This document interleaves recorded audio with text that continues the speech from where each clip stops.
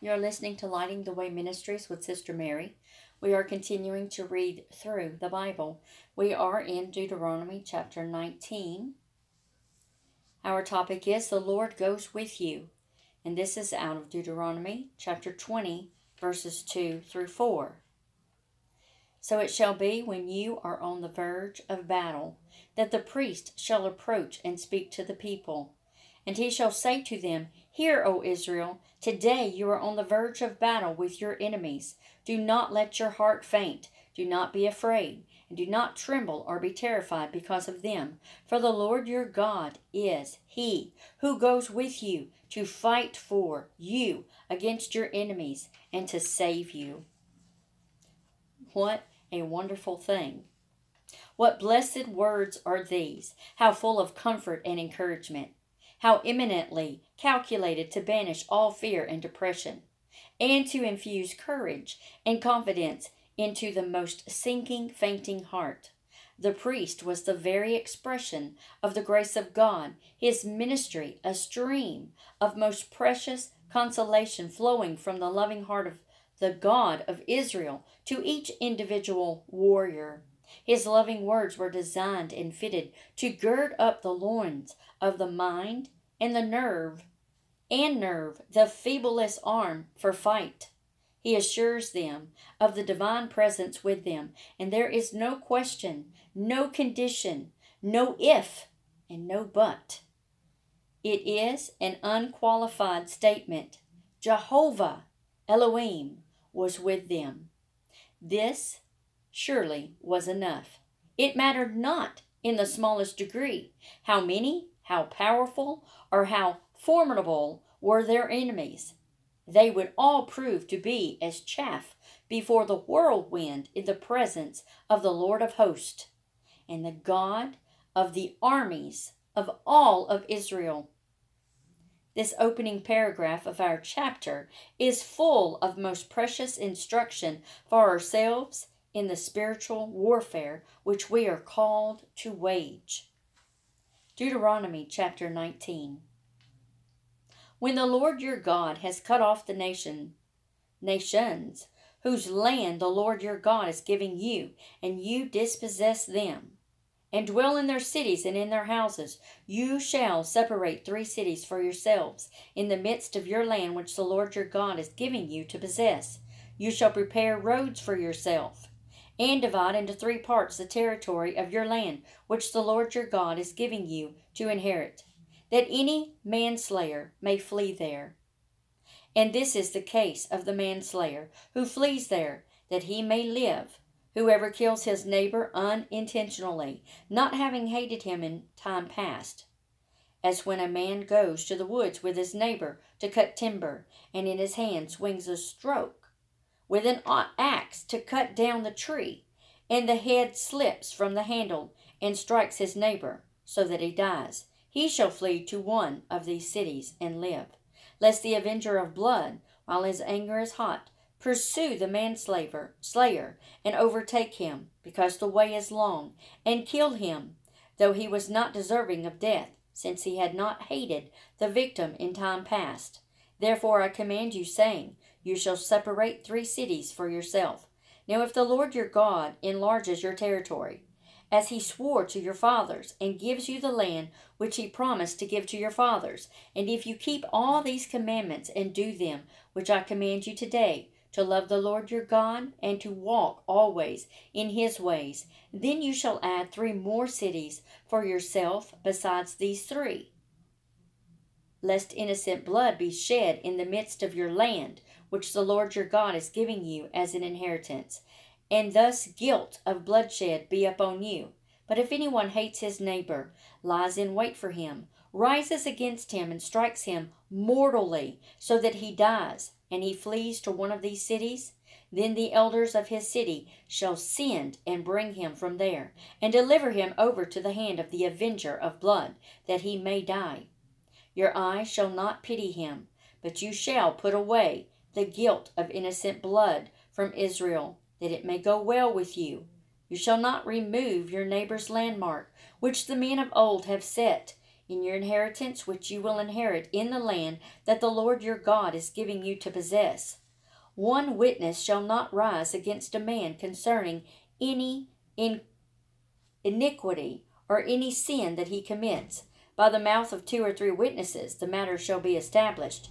If a false witness rises against any man to testify against him of wrongdoing, then both men in the controversy shall stand before the Lord, before the priest and the judges who serve in those days.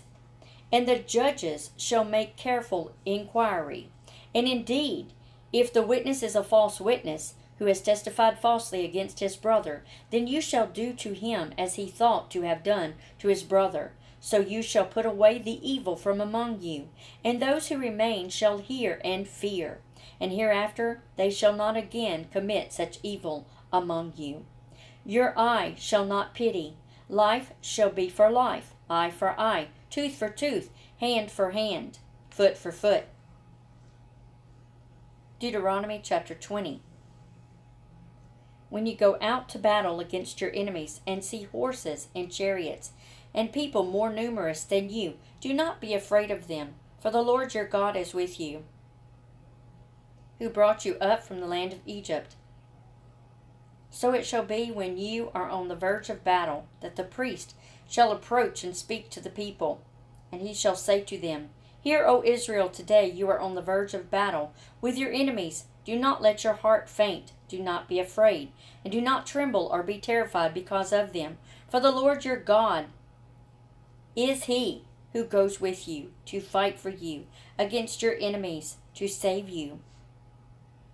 Then the officers shall speak to the people, saying, What man is there who has built a new house, and has not dedicated it? Let him go and return to his house, lest he die in the battle, and another man dedicate it. Also, what man is there who has planted a vineyard, and has not eaten of it? Let him go and return to his house, lest he die in the battle, and another man eat of it. And what man is there who is betrothed to a woman, and has not married her? Let him go and return to his house, lest he die in the battle, and another man marry her. The officers shall speak further to the people, and say, What man is there who is fearful and faint-hearted? Let him go and return to his house, lest his heart of his brethren faint like his heart. And so it shall be, when the officers have finished speaking to the people, that they shall make captains of the armies to lead the people. And when you go near a city to fight against it, then proclaim an offer of peace to it. And it shall be that if they accept your offer of peace, and open to you, then all the people who are found in it shall be placed under tribute to you, and serve you. Now if the city will not make peace with you, but war against you, then you shall besiege it. And when the Lord your God delivers it into your hands, you shall strike every male in it with the edge of the sword. But the women, the little ones, the livestock, and all that is in the city, all its spoil, you shall plunder for yourself. And you shall eat the enemy's plunder, which the Lord your God gives you. Thus you shall do to all the cities which are very far from you, which are not of the cities of these nations, but of the cities of these peoples, which the Lord your God gives you as an inheritance. You shall let nothing that breathes remain alive, but you shall utterly destroy them, the Hittite, and the Amorite, and the Canaanite, and the Perizzite, and the Hivite, and the Jebusite, just as the Lord your God has commanded you, lest they teach you to do according to all their abominations, which they have done for their gods, and your sin against the Lord your God. When you besiege a city for a long time, while making war against it, to take it, you shall not destroy its trees by wielding an axe against them. If you can eat of them, do not cut them down to use in the siege. For the tree of the field is man's food. Only the trees which you know are not trees for food you may destroy and cut down, to build siege works against the city that makes war with you, until it is subdued. Psalm chapter 38, verses 1 through 8. O Lord, do not rebuke me in your wrath, nor chasten me in your hot displeasure. For your arrows pierce me deeply, and your hand presses me down. There is no soundness in my flesh because of your anger, nor any health in my bones because of my sin. For my iniquities have gone over my head like a heavy burden. They are too heavy for me. My wounds are foul and festering because of my foolishness. I am troubled. I am bowed down greatly. I go mourning all the day long, for my loins are full of inflammation. And there is no soundness in my flesh. I am feeble and severely broken. I groan because of the turmoil of my heart. Proverbs chapter 12, verses 23 through 25. A prudent man conceals knowledge, but the heart of fools proclaims foolishness. The hand of the diligent will rule. The lazy man will be put to forced labor. Anxiety in the heart of man causes depression, but a good work makes it glad. Luke chapter 4, verses 31 through 44. Then he went down to Capernaum, a city of Galilee, and was teaching them on the Sabbaths. And they were astonished at his teaching, for his word was with authority. Now in the synagogue there was a man who had a spirit of an unclean demon, and he cried out with a loud voice, saying, Let us alone! What have we to do with you, Jesus of Nazareth? Did you come to destroy us? I know who you are, the Holy One of God. But Jesus rebuked him, saying, Be quiet, and come out of him. And when the demon had thrown him in the midst, it came out of him, and did not hurt him. And then they were all amazed, and spoke among themselves, saying, What a word this is! For with authority and power he commands the unclean spirits, and they come out. And the report about him went out into every place in the surrounding region. Now he arose from the synagogue and entered Simon's house. But Simon's wife's mother was sick with a high fever, and they made request of him concerning her. So he stood over her and rebuked the fever, and it left her. And immediately she arose and served them. When the sun was setting, all those who had any that were sick with various diseases brought them to him, and he laid his hands on every one of them and healed them.